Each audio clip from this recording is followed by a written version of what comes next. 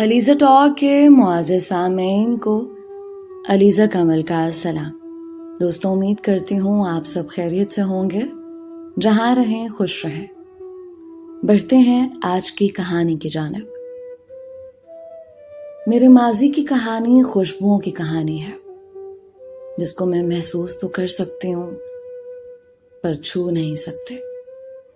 اس کی یادیں بھی مجھ سے گریزاں ہوئی جاتی ہیں اور ماضی کا حصہ بنتی جاتی ہیں۔ وہ مجھ سے بچھڑا تھا، تب منگل کا دن تھا، اور جب بھی مجھ پر کوئی مشکل آتی ہے وہ منگل کا دن ہی ہوتا ہے۔ خشک پتوں کی سرسراہٹ اور تمہاری غربت کا احساس دونوں کتنے ملتے جلتے ہیں۔ ہر بھیگی شام میں دل کے دریچوں میں ہر آہٹ پر گمان ہوتا ہے کہ شاید تم آئے ہو، مگر نہیں، وہ تم نہیں ہوتے، کیونکہ جو دور چلے جاتے ہیں وہ کبھی لوٹ کر نہیں آتے۔ رات کے آخری پہر جب آنکھ کھلتی ہے تو میرے اندر کی سوئی ہوئی لڑکی پھر سے جاگ اٹھتی ہے، اور میں محسوس کرنے لگتی ہوں کہ کل جو سورج نکلے گا وہ ایک نیا دن، نیا سال، نئی امنگیں لائے گا۔ میری تنہائیاں مر جائیں گی، مگر نہیں، ایسا نہیں ہوتا۔ ہوگا یہ کہ میری تنہائیاں مجھ سے لپٹ کر روئیں گی۔ نئے سورج کی کرنیں پھر مجھ سے پوچھیں گی کہ وہ گڑیا سی لڑکی جو تمہارے ساتھ کمرے میں رہتی تھی اب کہاں گئے؟ اب میں چپ چاپ سارا دن اسی کمرے میں رہ کر آنے والے وقت کا انتظار کرتی ہوں کہ تم کو بھی کچھ یاد آئے گا، میری باتیں، وہ فکرے کہ بچھڑ کے تجھ سے میں تیری رفاقت کا ہر ایک پل بھلا دوں گی، میں تجھ کو بھول جاؤں گی۔ میں ان باتوں کو بھی کب بھول بیٹھی ہوں۔ میں جو ایک بہت ضدی قسم کی لڑکی ہوتی تھی، ساحل سمندر پر اڑتی ریت اور تیز ہوائیں، بکھرے بال لیے ریت کا گھروندہ بناتی تھی تو وہ بہت ہی خوبصورت لگتی تھی۔ دیکھنے والوں کی نظر مجھ پر پڑتی تھی۔ جہاں جاتی ہر کوئی کہتا کہ آپ مجھ سے بات کریں، کیا تم میں کوئی سرخاب کے پر لگے ہیں؟ اور اسی وجہ سے میں اپنے گھر سے کہیں نہیں جاتی تھی۔ ایک دن بڑی خالہ ہمارے گھر آ گئیں۔ سب بہت خوشی سے انہیں ملے۔ مجھ سے کہا کہ تم میری سگی بیٹی ہو۔ تب میں بہت خوش ہوئی تھی۔ ہر ایک سے کہتی پھری کہ میں اپنی خالہ کی بیٹی ہوں، اس لیے کہ مجھ کو اپنی خالہ سے بڑی محبت تھی، اتنی کہ بتا نہیں سکتے۔ میرا دل خالہ کے بچوں میں لگا رہتا، تبھی ہر سال ان کے ہاں جاتے تھے کہ ان کی سب سے بڑی بیٹی مجھ کو بہت پسند تھی۔ اس کا نام لبنہ تھا، اور امتیاز وہ بھی تو میری خالہ کا ہی بیٹا تھا، شوخ، چنچل اور نٹ کھٹ سا، جس نے بعد میں میرے دل میں بھی گھر کر لیا تھا۔ کبھی امی کے ساتھ ان کے گھر جاتی تو وہ مجھے بہت پیار کرتی اور مجھ سے کہتی کہ کچھ دن تو یہاں رہو نگین، اور میں جواب دیتی کیسے رہوں خالہ، میں تو اسکول جاتی ہوں۔ مجھ کو پڑھنے کا بہت شوق تھا، چاہتی تھی بہت زیادہ تعلیم حاصل کروں، اتنی کہ دوسروں کو بھی تعلیم دے سکوں۔ جب بھی موڈ اچھا ہوتا سہیلیوں کی کاپیوں پر شعر لکھ دیتے۔ استانی کہتی نگینا، تم شکل کی تو خوبصورت ہو پر شعر بھی اچھے لکھتی ہو۔ خالہ کے 3 بیٹے اور 3 ہی بیٹیاں تھیں۔ لبنہ کی شادی پر ہم گئے تو پتہ چلا کہ محبت میں کیا کیا شرارتیں چلتی ہیں۔ امتیاز خبر نہیں کیوں مجھ سے اتنی محبت کر بیٹھا۔ کہ ہر دم مجھ سے ہی مذاق کرتا رہتا۔ میں نہیں جانتی تھی کہ اس کو ہر وقت میری اتنی فکر کیوں رہتے تھے۔ وہ میرے پاس بیٹھ کر بہت خوش ہوتا تھا اور میں زیادہ وقت اپنی دوست لبنہ کے پاس بیٹھ کر گزارتے۔ وہ مجھ کو اچھے لگتے تھے۔ میری اور اس کی اتنی زیادہ دوستی تھی کہ ہم ایک دوسرے کے لیے جان دینے پر تیار تھے۔ ان دنوں میں 8ویں میں پڑھتی تھے۔ میرا کازن امتیاز مجھ کو کہتا تھا کہ تم بہت مصروف ہو نگینا، کسی سے بات ہی نہیں کرتے، اور میں کہتی آخر مجھ میں کیا بات ہے جو تم موقع پاتے ہی مجھ سے بات کرنا چاہتے ہو۔ میں نہیں جانتی تھی کہ وہ کیا چاہتا ہے۔ ساتھ دوسری خالہ کا گھر تھا، ان کے ہاں جاتی تھی تو وہ وہاں بھی آ جاتا۔ انہی دنوں میرے گھر کے حالات خراب ہو گئے۔ ابو وفات پا گئے۔ ہم 6 بہن بھائی تھے۔ ہم سب چھوٹے چھوٹے تھے تو ہمارے گھر کا گزارا بہت مشکل سے چلتا تھا۔ دادی ہمارے پاس رہتی تھیں، وہ ہمیں اپنے بھائی کے گھر لے گئے۔ اب ہم ان کے پاس رہنے لگے۔ نانا جان ہمیں خرچ بھیج دیتے تھے۔ میں اپنے ابو سے بہت محبت کرتے تھے، اتنی کہ زیادہ وقت انہی کے پاس گزارتے تھے۔ ان سے دور کبھی نہیں ہوئی تھے۔ اگر کوئی کچھ کہتا تو میں کہتی کہ ہاں مجھ کو اپنے ابو سے بہت پیار ہے۔ ان سے باتیں کرتی اور شرارتیں کرتی۔ پھر وہ مجھ سے بچھڑ گئے، ہمیشہ کے لیے۔ ابو کی وفات کے بعد میں بیمار ہو گئی۔ رنگ پیلا پڑتا گیا، دل پڑھائی میں نہیں لگتا تھا، پریشانی بڑھتی جاتی تھی۔ تب امی نے مجھے بڑی خالہ کے گھر بھیج دیا کہ وہاں جا کر میرا جی بہل جائے گا۔ کبھی کبھار زندگی کے کچھ لمحات اتنے قیمتی ہو جاتے ہیں کہ پھر ان کی یاد بھلائے نہیں بھولتے۔ ان لمحات کی یاد ہمیشہ دل و دماغ میں ایک مہکتے گلاب کی مانند رچ بس جاتی ہے، جس کی خوشبو سے دل و جان معطر رہتے ہیں۔ اس خوشبو سے جسم کا رواں رواں مہکتا ہے۔ یادوں کا یہ انمول خزانہ سب کے پاس نہیں ہوتا۔ یادیں البتہ سب کے ساتھ رہتی ہیں، کسی کے پاس آنسوؤں کی صورت میں اور کسی کے پاس مہکتے پھولوں کی شکل میں۔ لیکن کبھی کبھی یہ یادیں نوکیلے کانٹوں بھرے دشت جیسے بھی ہو جاتی ہیں، تب بھی انسان ان کو بھلاتا نہیں، دل سے لگائے رکھتا ہے کہ یہ یادیں کسی محبوب ہستی سے وابستہ ہوتی ہیں۔ وہ بڑا ہی خوشگوار دن تھا۔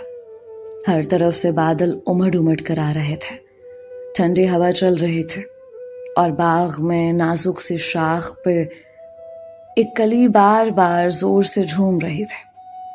کبھی وہ اس پھول سے ٹکراتی تو کبھی اس پھول سے، کبھی زمین کی جانب جھک جاتے اور کبھی تن کر کھڑی ہو جاتے۔ وہ چھوٹی سی کلی بھی ایک دل رکھتے تھے۔ اس کا جی چاہتا کہ وہ کھل جائے، اور امتیاز میرا کازن چاہتا تھا کہ میں اسے بات کروں اور اس کی توجہ کا مرکز بنوں۔ وہ مجھ سے کچھ کہنے کے لیے بہت بے قرار رہتا تھا۔ پھر ایک وقت ایسا آیا کہ وہ کلی کھلنے لگے اور ایک خوبصورت پھول کی شکل اختیار کرنے لگے۔ وہ کلی کسی کی نگاہ کا مرکز بن گئی تھے۔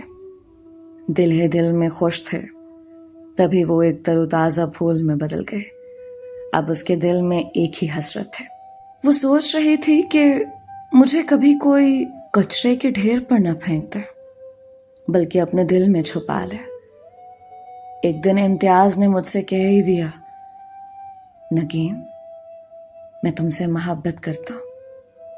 میں کہنے لگی کیوں نہیں، بھائیوں کو بہنوں سے محبت ہوتی ہے۔ اس نے کہا نہیں، میں تم سے دوستی کرنا چاہتا ہوں، کچی دوستی جو زندگی بھر تمہارے کام آئے۔ یوں وہ میرے قریب آنے کی کوشش کر رہا تھا۔ میں نے کہا کہ قریب تو تم پہلے بھی تھے، اب بھی ہو اور ہمیشہ رہو گے۔ یہ نہ ہو کہ کبھی تو مجھ کو بھول جاؤ اور ایک پھول کی مانند مجھے توڑنے کی کوشش کرو۔ تو میں ٹوٹ کر بکھر جاؤں گی۔ میں ان لڑکیوں میں سے نہیں ہوں۔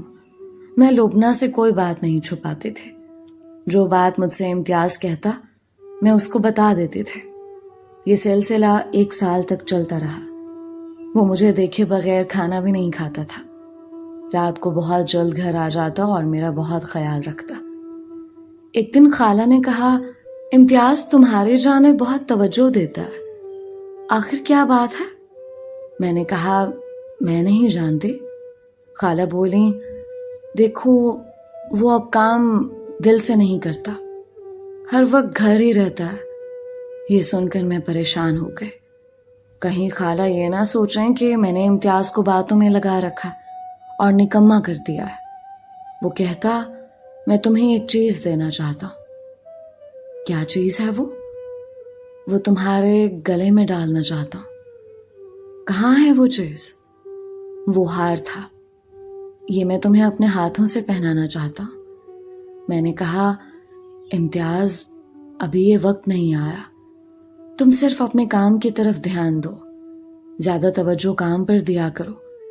جب تم کامیاب ہو جاؤ گے تو میں تم سے گفٹ لیتے بھی اچھی لگوں گے۔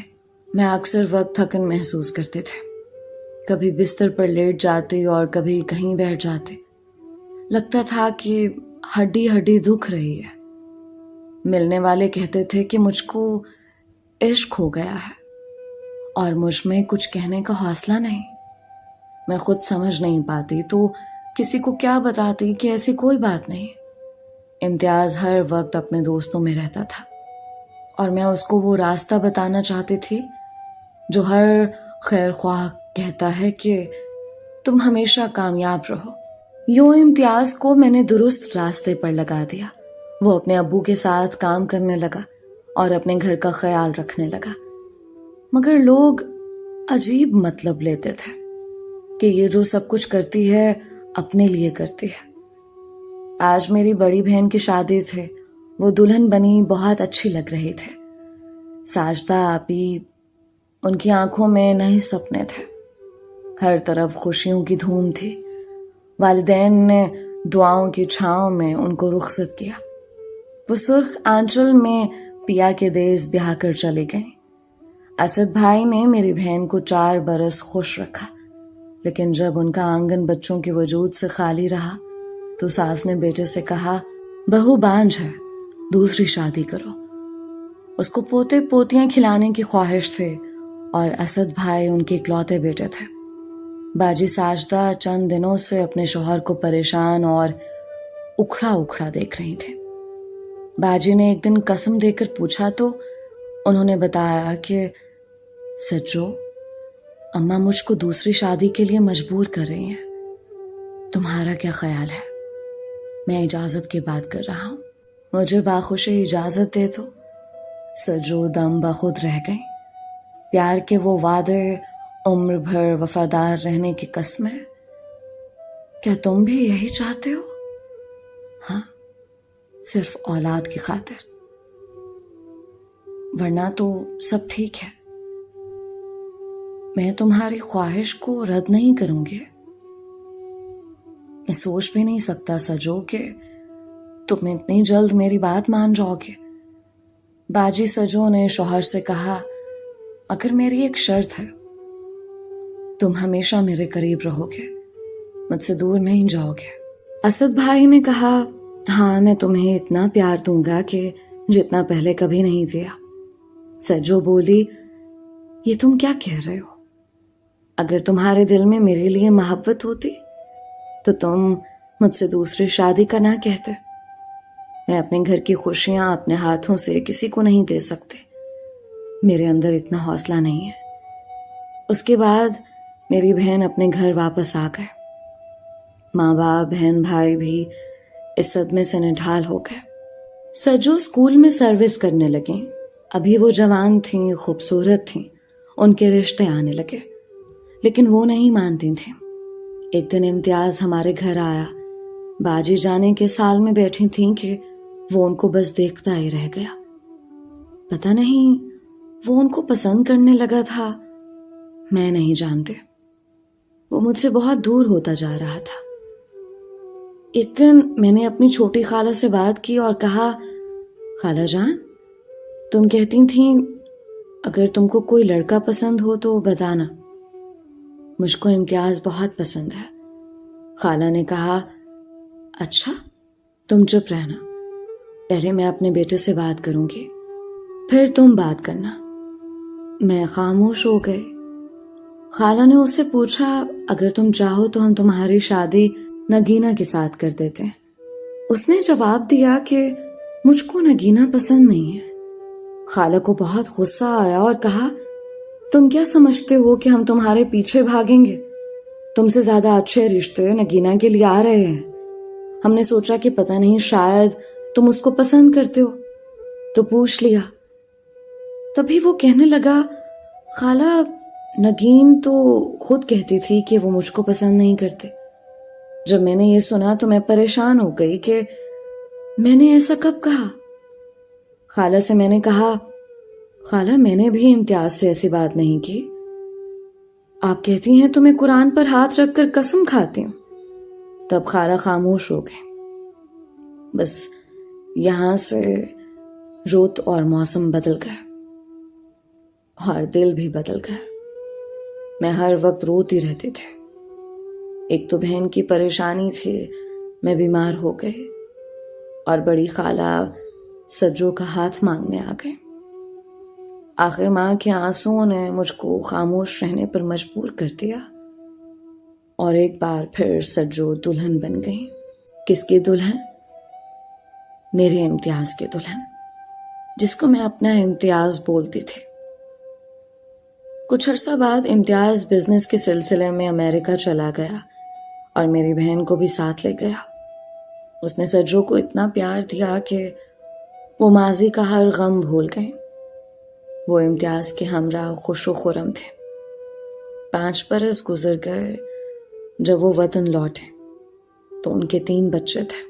ایک دن بچوں کے لیے خریداری کرنے یہ دونوں بازار گئے ہوئے تھے کہ اچانک انہیں پیچھے سے کسی نے آواز دیکھا تو اسد تھا۔ وہ کہہ رہا تھا کہ کاش ہمارا بھی کوئی بچہ ہوتا۔ یہ آواز سن کر باجی سجو پیچھے ہٹ گئیں اور تیزی سے دکان سے باہر نکل کر گاڑی کی طرف بڑھے، جہاں کار میں امتیاز ان کا انتظار کر رہا تھا۔ دراصل اسد کو دوسری بیوی سے بھی اولاد نہیں ہوئی تھی، جس نے اولاد کی خاطر میری بہن کی خوشیاں اور گھر چھیننا تھا۔ اس کے بعد امی نے کئی بار میری شادی کی بات کی، مگر میں نے کوئی جواب نہیں دیا، کیونکہ میں نے شادی کا سہانا سپنا دل سے نکال دیا تھا۔ بس ہر وقت یہی سوچتی ہوں کہ جانے کیوں لوگ دوسروں کو فریب میں رکھتے ہیں۔ جب کوئی ان پر پختہ یقین کر لیتا ہے تو پہلو بدل جاتے ہیں۔ کسی کا ذہن ویران ہو جائے تو دل بھی اجڑ جاتا ہے اور زندگی برباد ہو سکتی ہے۔ فریب دینے والا بھی کبھی سکون نہیں پاتا۔ دوستو، یہ تھی ایک معصوم سی نگینا کی کہانی۔ امید کرتی ہوں اس کہانی سے آپ نے کافی کچھ سیکھا ہوگا۔ اپنی رائے کا اظہار کامنٹس میں ضرور کیا کریں۔ ملتے ہیں ایک نئی کہانی کے ساتھ۔ آپ سب کے پیار اور سپورٹ کا بے حد شکریہ۔ آج کا اسپیشل تھینکس مسٹر واصف کا، جن کا تعلق ملتان پاکستان سے ہے، اور مس کشور کا، جن کا تعلق انڈیا سے ہے۔ ہمارے چینل کو لازمی سبسکرائب کیجیے۔ اللہ ہم سب کا حامی و ناصر رہے۔